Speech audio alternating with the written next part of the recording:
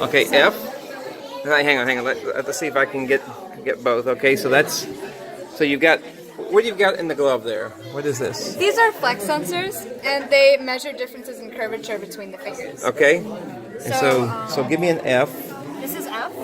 and then it should show up on the screen, and it does. So now change the number.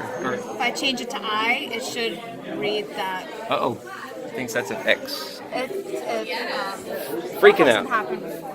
Hasn't. All right, let's try again. Okay, so F. Goes F, then Of course, when I'm sitting here. it was working so well. Oh, there's Okay, there's. okay. There's an I. So it's got the I here. Yeah. I. And then And then give me another. If I curve it, it should recognize J.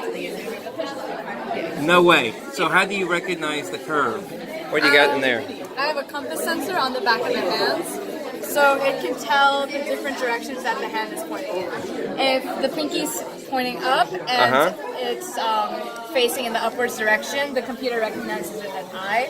But if I do the curve and it ends up pointing in that direction, the computer will recognize it as J. So show me where the compass is. Compass is this square right in the center of the hand. I got you. Little Adafruit compass. Okay.